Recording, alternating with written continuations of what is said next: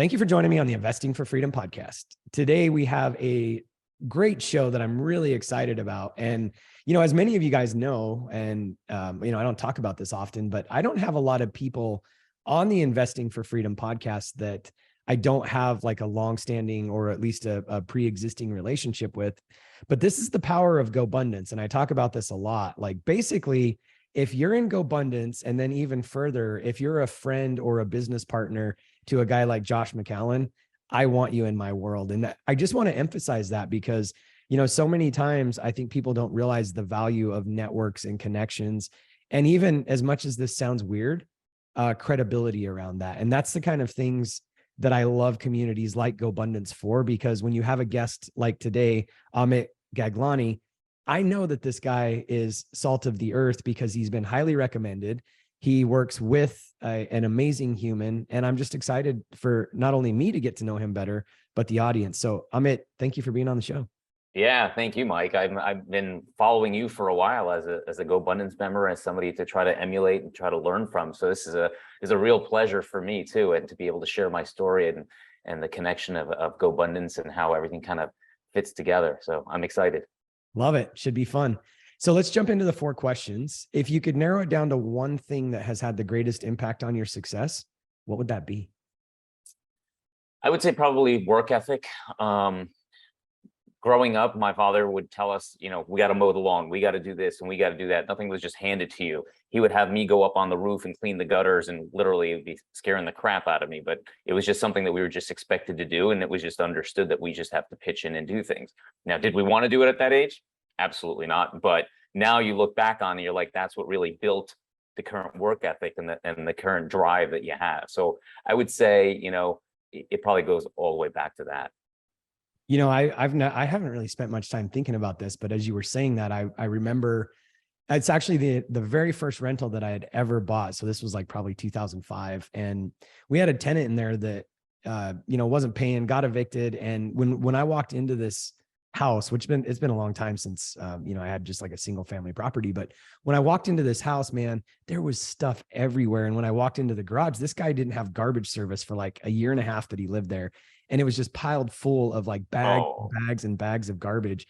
And he had spit, like he was a chewer. He had chew like all over our carpet, walls. It was just disgusting of it. But when you were saying that, I remember my oldest son, Dylan, who's now 22. And I mean, at that point in time, he was probably 7. No, not even 5 or 6. He spent 2 days mucking that house out with me. And I was thinking about that as you said that with your dad. Teaching work ethic, number 1, but number 2, I bet you if my son ever starts investing in real estate, he's probably going to get it really quickly. Like, I don't want to manage my own properties. I'm going to hire somebody else to manage it. So I don't know that for sure, but it just kind of, just kind of triggered something in my mind. Yeah. It's these life lessons that we learn that later we realize what we do like to do and we don't like to do. But if you've never done it, you don't know that you don't like to do it. Well, theory wise you do, but yeah. Totally. Love it. What was your greatest setback and what did you learn from it? I've had many different setbacks. I own my own company. I owned a physical therapy company that I grew and sold to private equity. And along those years, there's been a lot of trials and tribulations of hiring the wrong people, hiring somebody that was controlling my books, that was really stealing money from me.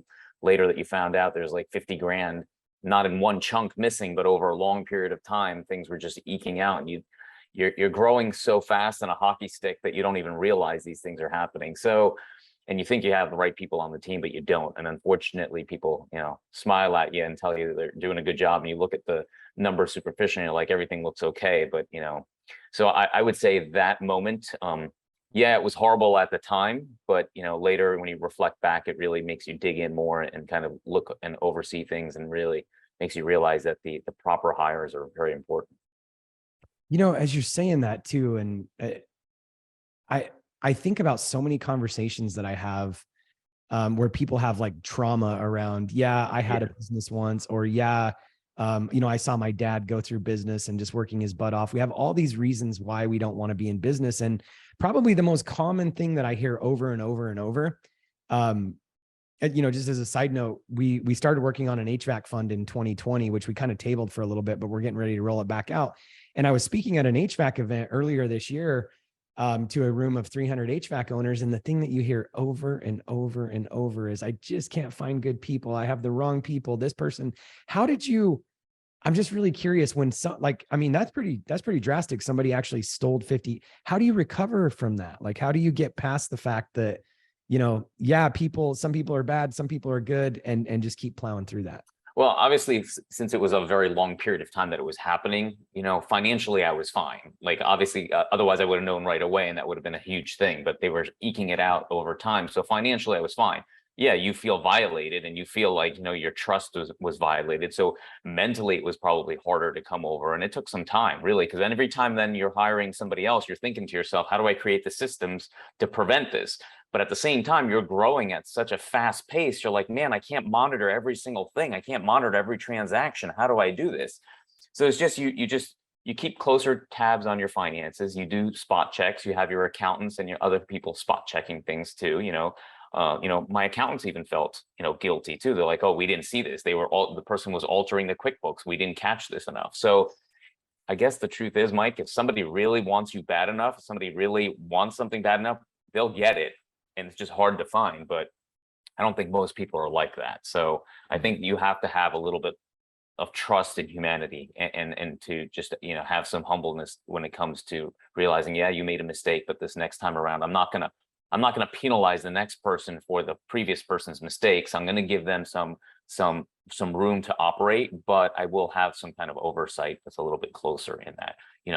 For me personally, what ended up happening is I was scaling my business at a time when I was looking to sell to some private equities and things like that. So when this person did this, and I let them go, it actually saved me a bunch of money because now I wasn't paying a salary. So I actually jumped in and took over some of it, or I outsourced some of it, and it was kind of like the timing was right for me too. Yeah, I love just hearing different perspectives, and just kind of drawing that out. What you said was, most people are genuinely good. I don't know how you said it exactly, but Yeah. that's the thing that I was looking for, because so many times when we're faced with a situation like that, whether it's, I built out a management team and 3 of them left, or 1 of them left and started their own company. I'll never forget my first business partner. We left a business that we were working for, and we started our own business, and we became their competition. And the first time that a technician did that to us, he flipped his lid he was so mad. And I was like, he said, how could they do this? They just, we teach them and then they just go start their own business. And I said, like we did. And it's like, I love your perspective, because, most people are genuinely good. And that's not even that example that I was giving is not even an example of good or bad. What I told him, I was like, it's the American dream. It's no different than what we did. So that's not even an example of good or bad. I mean, this person didn't take our customer list. They didn't steal from us. They just went and became our competition, just like we did. But so many times, and I've had this happen. We hired a big hot shot in the MHP world in 2017 or 2018. And, this guy came from, he was director of operations for a top 5 company in the country. And man, it took me about 9 months to figure out that it was rough, man. And, I think he was probably a great at his job at one point, but there was just challenges, and it took me a while to figure that out. But I could have easily said, you know what, I'm never going to hire management. Right. I'm never going to, keep growing. I'm going to just shrink and scale, just like you could have. But what you said was, most people are genuinely good. And I think that's the lesson. And I love seeing and hearing examples like that, because I think if we're in business for any length of time, or ownership, management, leadership, you're going to get burned. Oh yeah. Reality, like you said, is most people are genuinely good. And Mike, the truth is, I didn't just come to that like day one. I went through, like, I was angry. I was pissed, and it took me time to get to where I like mentally said, okay, well, now I got to move on. I can't stay in anger all the time. Like, I need to move on, and I need to get over it, and I need to reflect on what was right, what was wrong, and where am I at? Like, do I still believe in humans in general? Am I going to try to control everything? No, you can't. And you can't scale a company by yourself. You can't get to where you really, really want to get to if you try to take control of everything. So some things you do have to give a little bit of things, but that wasn't the initial reaction, I'll tell you that. Yeah. It's so hard too, because we spend so much time, like, I was on a champions call yesterday, and we're talking about EOS and right people, right seats and values. And man, the more and more and more of that work you do, I do believe that we get closer and closer and closer to values matches. But just like the case that I was saying, man, it really took about 9 months to figure out that this guy is just toxic.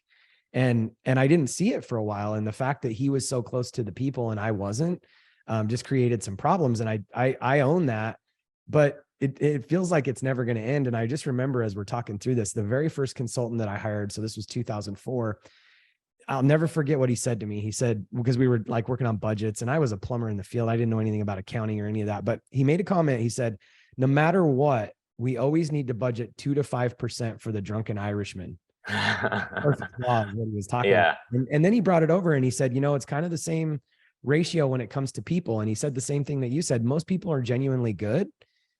So, we hire for skill set and resume and experience, but then once we get past all of that, there's a percentage of people, and we need to be aware of that are just not good humans. And sometimes it's hard to figure that out. Yeah, that's true. I started hiring for more personality than I did with a skill set. I thought I was actually good at teaching that skill set because, most of my employees, they're clinicians, right? So they come out with a certain skill set, but then you just want to refine that skill set. But I figure, you know what, they all have a similar skill set coming out, but I need to hire based on personality because no patient wants to come back for just skill set. They usually come back for personality. And then if you have the skill set on top of that, then it's a plus. That's so good. And I don't know about you, but I was just having this conversation with Matt King, our new CEO at GoBundance. He was talking the other day, and I've always thought this too. Like when I'm in a coffee shop or I'm at a restaurant or I'm at anywhere, I have an office down at Industrious in downtown Austin. And there's a girl that works there that I'm just like, man, I want to steal this person, right? Because of what you're saying, just, you look at that personality and the way that they treat customers and the presence that they bring. Like I'm always looking for that.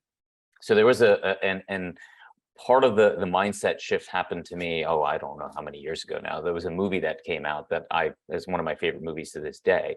And for your listeners, they don't know that the field that I was in. So I was in physical therapy. I owned a physical therapy company. I'm a board certified orthopedic specialist in clinical physical therapy, and I had several offices.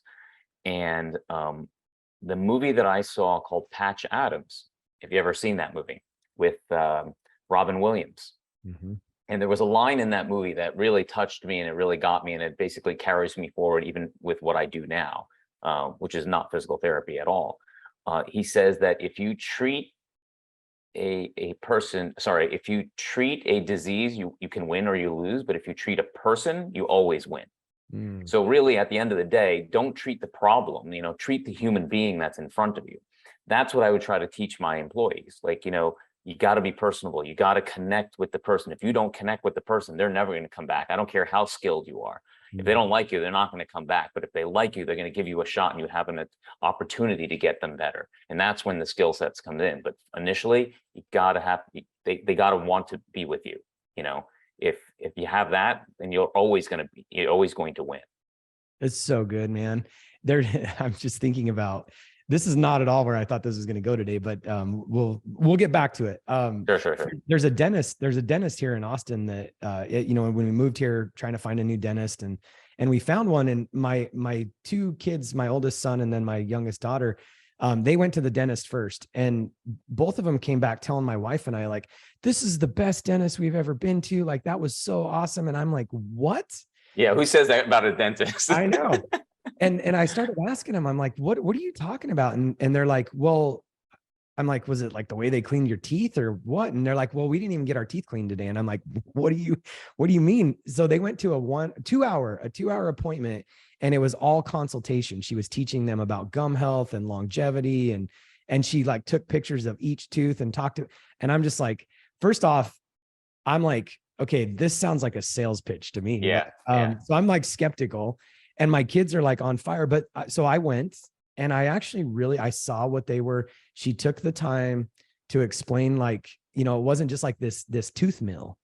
And so there's still a part of me that's like, I still haven't got my teeth cleaned. It's going to happen next week. But there's a part of me that's like a little skeptical around it. But to your point, she takes the time with each individual client and really teaches them about gum health. And so I loved what you said about Patch Adams, because that was just a personal experience in my life. But again, I was really skeptical, because I'm like, I just want, when it comes to my teeth, like, I kind of just think in my mind that I just want the problem treated, Sure. but he's treating me as a whole human, which was kind of cool. Is that how you ran your practice? That's how I started it. Yeah, that's how I started it. But as you add on more and more and more clinicians, and we were up to 12, it starts to get harder and harder to scale that way and to teach everybody. And, what you've actually, the things that the surgeons and the doctors have gotten to know you and how you kind of treat and how you've been, you're trying to get them to emulate, because look, that was your success factor. That's what I did to make myself successful and to gain the trust of the community as well as the physician community. That's why they would send patients to me. So if I couldn't get my employees to do the same exact thing, and they came in thinking they want to do their own thing, well, that's not really going to work, in my company, because this is how I built it. So, it gets harder and harder to keep that up. But yeah, I would discuss that all the time. Like, treat the person, not the problem. Yeah. It's interesting, and we'll dive into this here in a few minutes, but Josh, who you work with or partner, whatever, at Accountable Equity. I mean, I've learned so much about that from him too, because that guy just loves his employees. He loves the systems. He loves he loves the investor community. Yeah, he's definitely all about giving back. And yes, absolutely. Yeah, that's why working with him is like so great, which we'll get into. Yeah. Yeah, it's cool. What is the piece of advice that you find yourself sharing the most? Well, other than one that I just gave, to treat the human and not the, well, the funny thing is that I share probably most often, because, with the finance stuff that I'm doing right now, I'm still just looking out for the individual investor and not about their dollars. Not like, oh, give me your money. It's more or less, does this suit you? Is this going to be something that's going to be great for you? Are you going to be shouting from the rooftops how well you were treated, and you want others to do the same thing? Like, we don't want your money if this is not going to make you happy. We don't want a bad customer. So honestly, I would say that, just treat every person for, who they are, and not from what you may want from them, because if it doesn't suit them, then, you don't want bad karma. I love it. Last question. Who has had the greatest impact on your life? I'd probably still say my father. Yeah.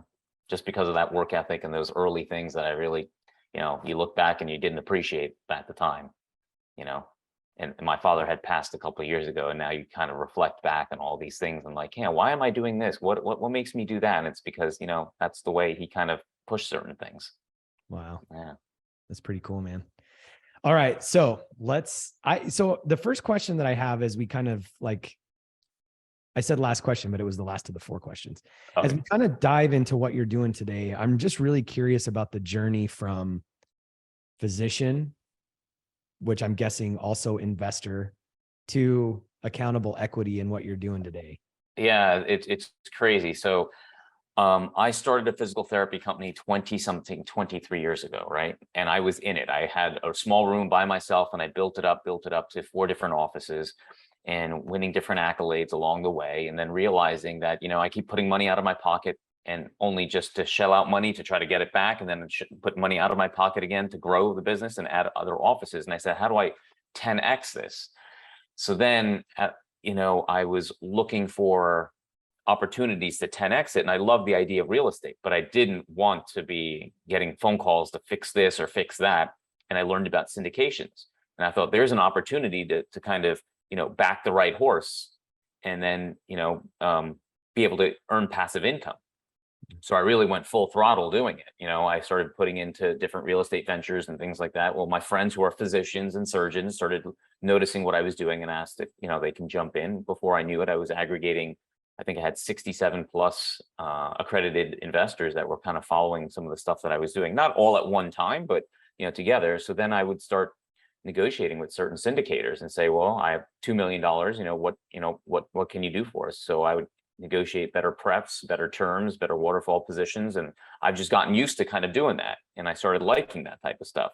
So here I am owning my physical therapy company, doing this on the side, loving doing both of these things.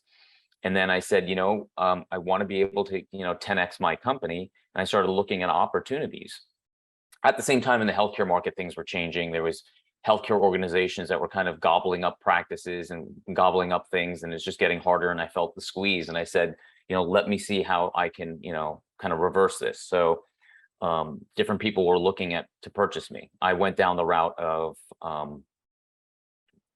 talking to certain private equity companies that were really hot to trot for what we were doing.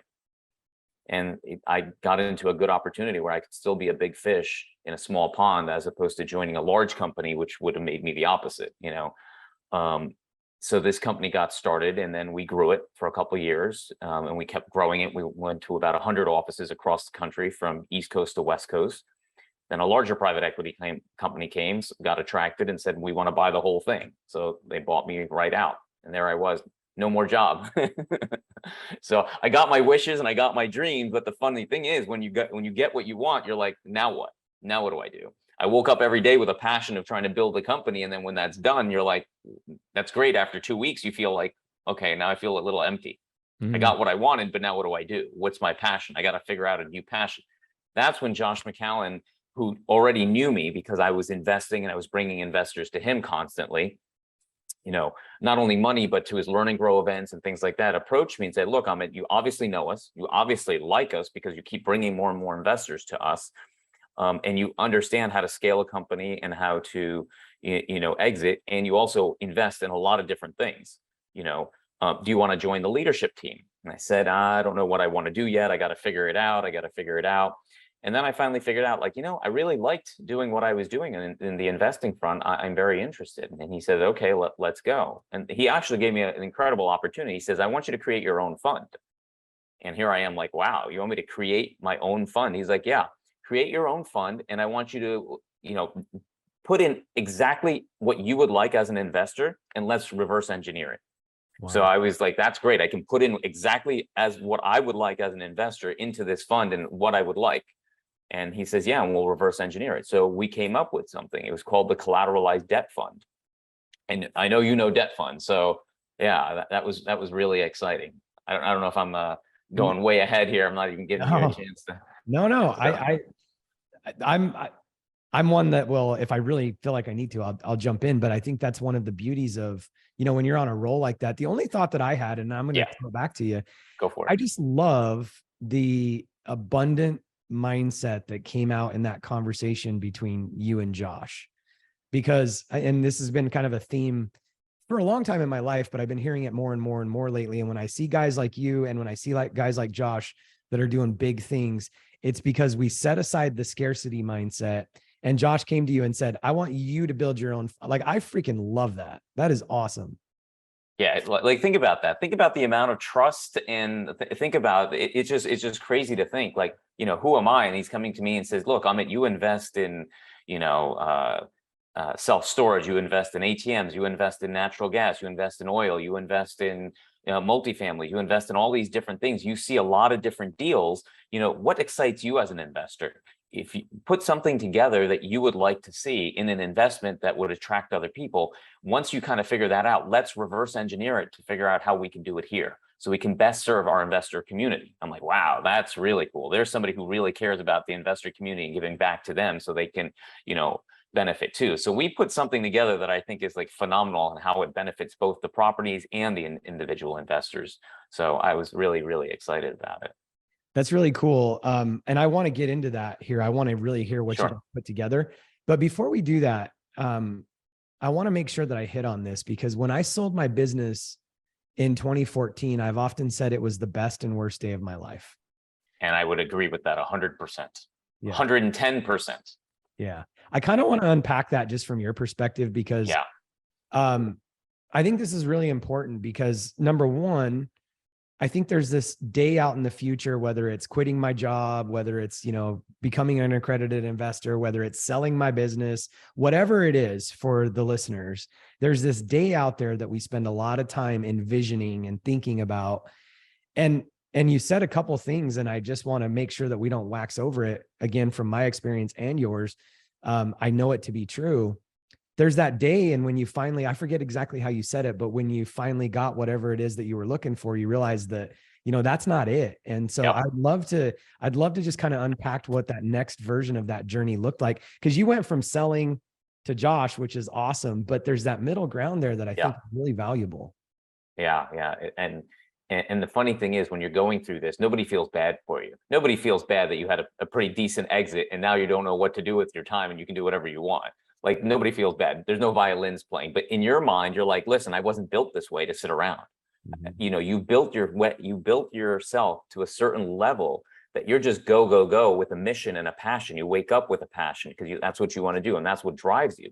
When that passion is taken away, not taken away, but you basically got what you've been trying to do, you're like, now what? You have these visions like, okay, I'm going to golf and I'm going to do this and I'm going to find these other things to do. You're like, okay, well, I already did that like in the first couple hours of my day. Now what do I do?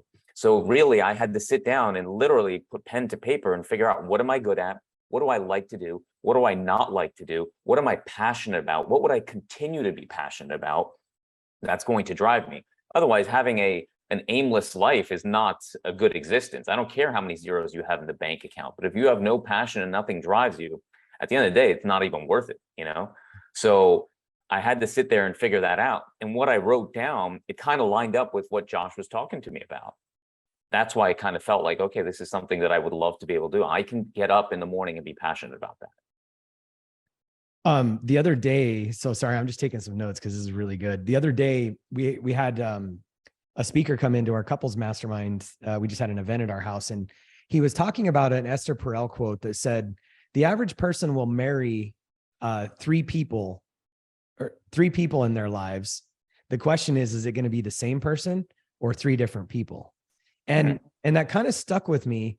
But as you're talking about this, setting the marriage conversation aside, just that quote, I've thought about this for a long time, because I think most people will go through, 5, 6, 7 different career versions or passion versions of themselves as well. And the real question is it going to be you in that same version your entire life? And as I'm listening to you, Amit, I'm getting so inspired, number one, but it's really causing me to think more about the retirement equation, because, we talk about this a lot, and that's why you're over in the investor quadrant and moved from, bringing it back to simplicity, employee, self-employed, big business, investor. You went through all of those, by the way, which is really cool. But when we start thinking about that, and we're thinking about this conversation, when people look forward to that day when they're 60 or 70 or 80 years old and they can't wait to retire, number one, they're going to get there and they're going to have that same experience that you and I had, fortunately, earlier in our lives, because I think every time we have a further awakening.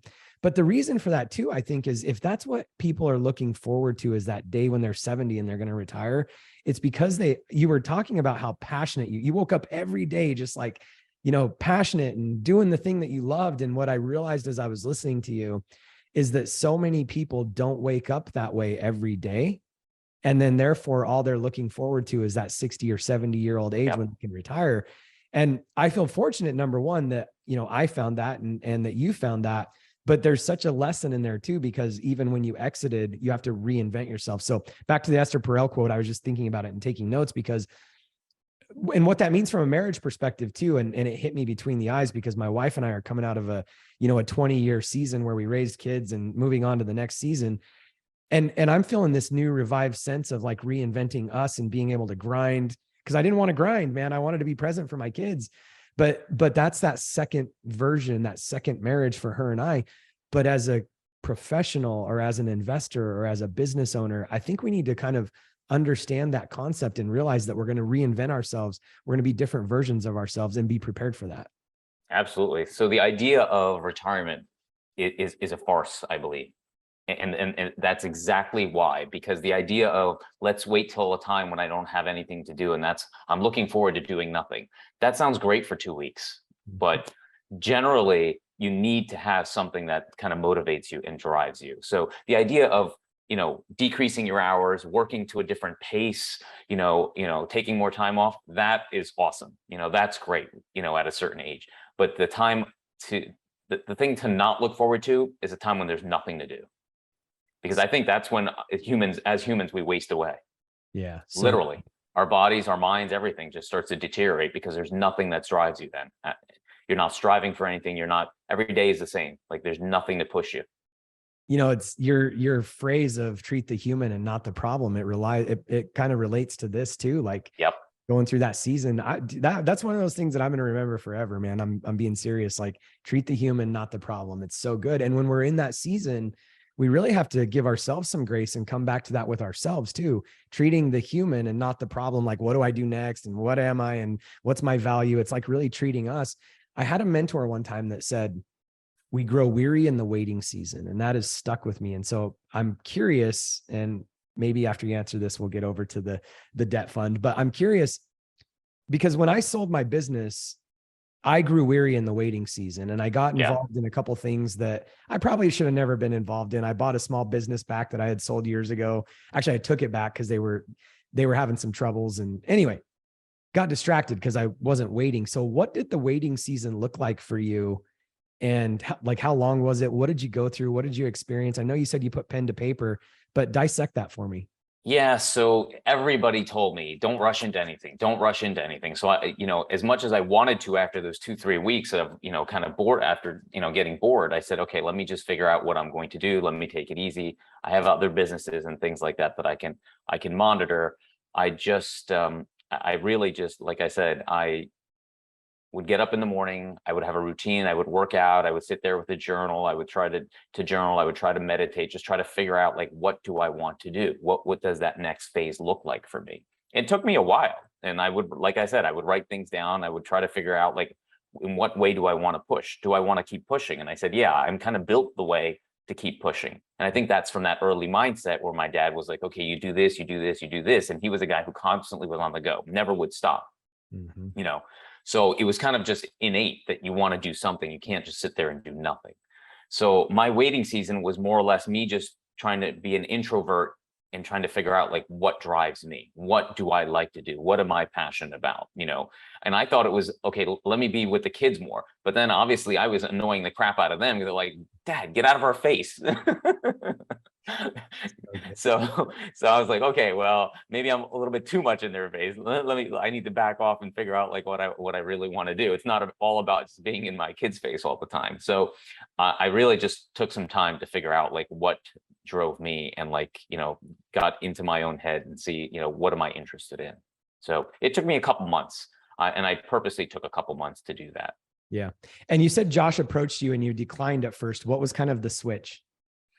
So he was raising funds for another equity fund, and I was bringing tons and tons of investors. At the time, I already knew that my exit was going to be coming because I had I think it was a six month period of time where I knew that the company was sold, and now part of my work agreement was for another 6 months. So actually, to be honest with you, my whole mental thought process probably took about 8-9 months, 8 months maybe or so, to figure out like what I want to do, because I knew I was exiting.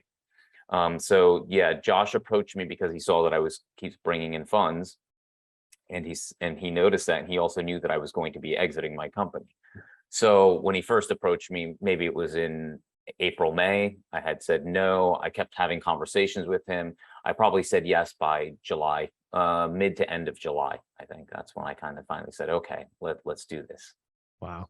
And I'm curious, and this will lead us into, what is it? He said, build the fund the way you would want to see it as an investor. Tell me about that process, and what did you guys ultimately end up crafting? So me owning my own physical therapy company at the time, and I had marketing people, and I used to take surveys all the time. I said, well, you have to take a survey. You have to kind of find out, what does other investors want? I know what I want, so I put pen to paper and wrote it down. But then I said, what do other investors want? So I started asking around, what are they looking for? Turns out it was the same exact thing that I was looking for. They want monthly distributions. They want to be in something stable that's not based on a pro forma model that that they're not hoping that it will turn out great, that they already kind of have an idea that this is what it's going to be. They wanted to have a high pref, and they wanted to have cash flow. And they wanted that kind of security, and they wanted some flexibility. They didn't want to be locked in. So we were able to figure that out in a debt fund model to help out our properties as well as help out our investors.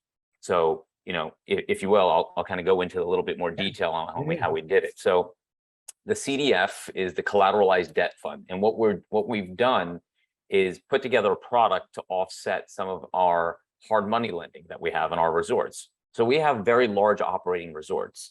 And the reason that we have hard money lending on these resorts is when we're buying them, we're buying these resorts out of bankruptcy, or buying them for significantly discounted prices because either they've been sitting around and not performing, and then we come in and we revitalize them, we redevelop them. But when you do that, the banks will only give you a certain amount of lending, right? Because they base it on what was the pro forma before, or what was going on before. Well, if you're pulling out of bankruptcy, there was no really historical. So they're not going to give you 100% financing on it or give you a significant amount of financing on it. So they bring some money to the table.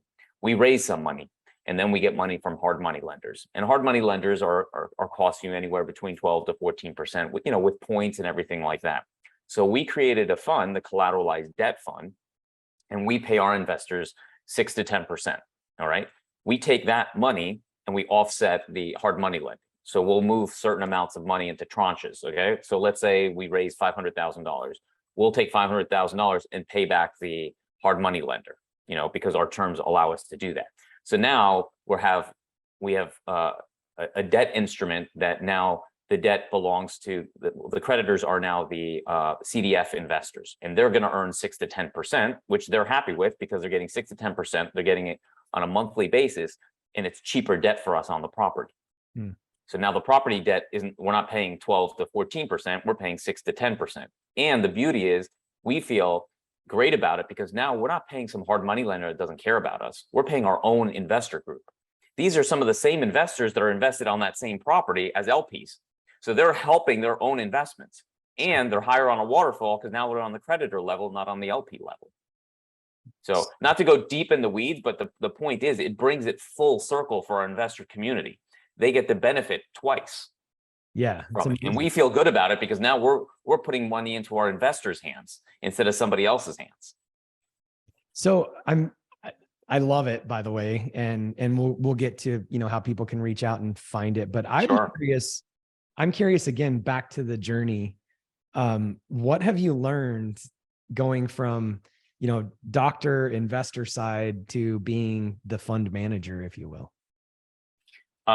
Honestly, just doing deals over all these years, over 10 plus years, I just looked at deal structures, because the first time I did it, I just didn't understand. I'm like, what do you mean you're going to pay me this much? How are you utilizing my money? And then I realized, oh, you're using my money to be able to put the down payment on the property. And it just started connecting dots.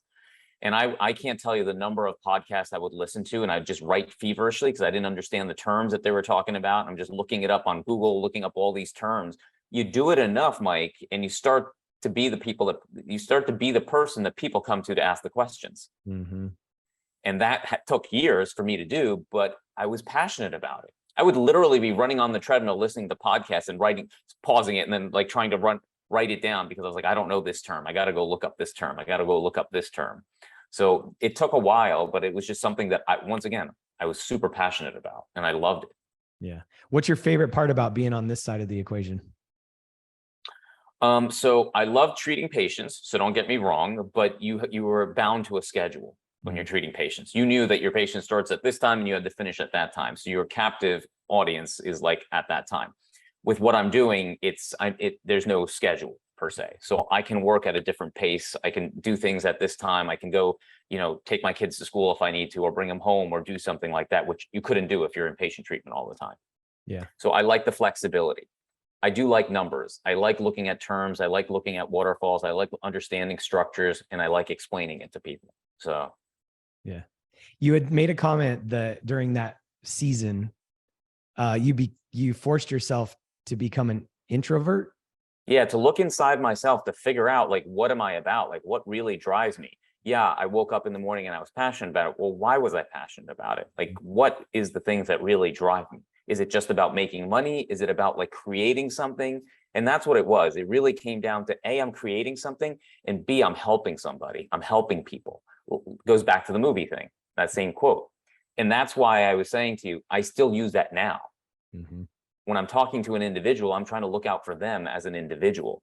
It's not about the investment per se. I'm like, is this going to satisfy your need? Because if it's not going to satisfy your need, then we don't want to do it. I don't want to put you in anything that's not going to satisfy what you need. Man, that's good. I love it. So I'm just thinking about knowing Josh McCallan and Accountable Equity and the whole group. You guys do a lot of investor events and really just in investor facing things. So are you naturally like an extrovert, or do you love that part of it? So it's very different. It's funny. You mentioned these things about seasons, right? Initially, going through college and stuff, I hated public speaking. Mm. Now I love to get up there and start talking to people. I love going on these things. When we have our Learn and Grow events, I'm part of the people who give the speeches and things like that. So yes, I enjoy it. I like connecting with people. I like going on podcasts like this.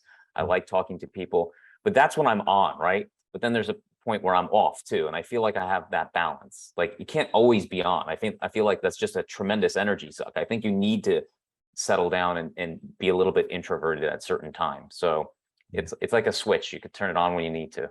Yeah. You bring something up that just has me thinking too. There's so many people that think that, they don't like people, they wouldn't want to speak, they don't want to talk, et cetera. But I see people go through a transition, as you said, you went from college to when you're on fire about whatever it is that you get to speak about or share, or you're, really literally being able to treat the human and not the problem, which again is so impactful. I kind of feel like, just for the audience, just an observation that I have, maybe that's some of it. Maybe it's not so much that we don't, want to speak or share our truth or start a podcast or get on social media. I was just talking to one of my clients yesterday, and he loves Twitter. He hates Instagram. So I do some one-on-one coaching, and this guy wants to build his brand and he wants to build his network. And he's telling me, I love Twitter, I hate Instagram. I'm like, well, why do you love Twitter? And he's like, well, I just feel like I can go in there and make text. And as we really started diving through it, I'm like, we talked about the same thing. It's really, he doesn't fully have his message dialed in yet. And I'm like, honestly, people that are comfortable on Instagram, they're sharing their life, they're sharing things that they're passionate about. On Twitter, you just want to share some text, and I get that. But you kind of solidified something for me.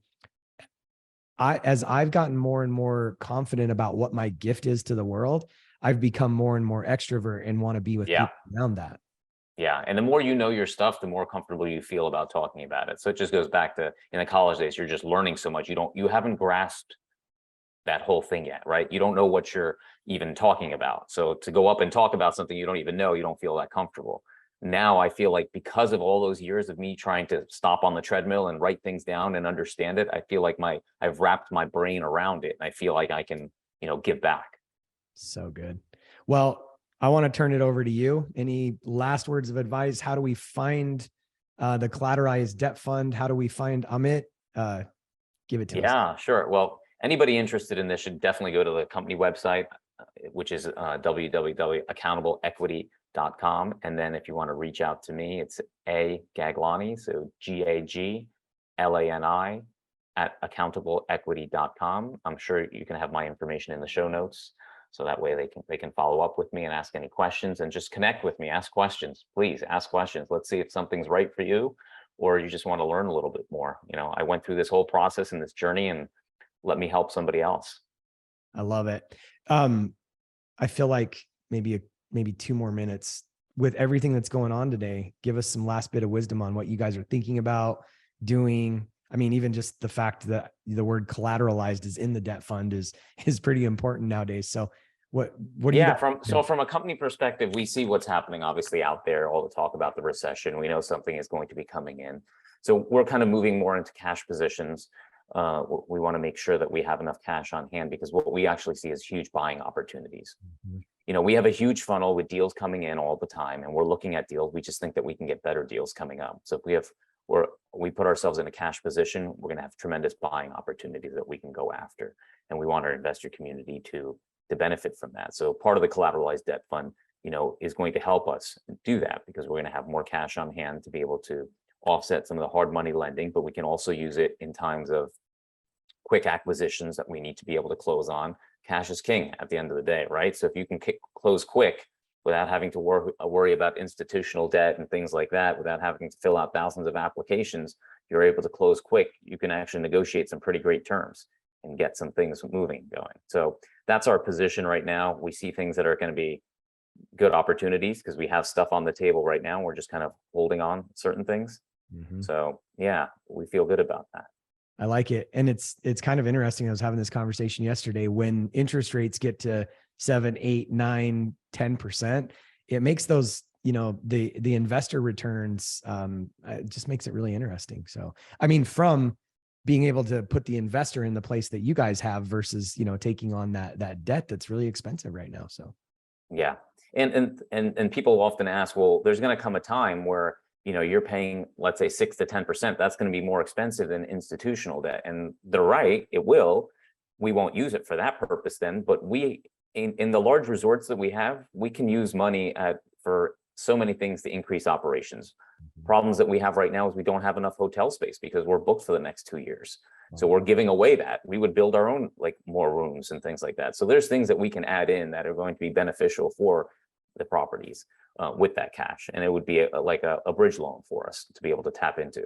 We call it Be the Bank because it allows us to be the bank and our investors to be the bank. I love it, man. So one more time, the email address if they want to reach out to you. A Gaglani, so it's AGAGLANI at accountableequity.com. Awesome. Well, I really appreciate the entire story, man. I look forward to getting to know you better. Look forward to it. It's going to be awesome. Awesome, Mike. It was great. Thank you, sir.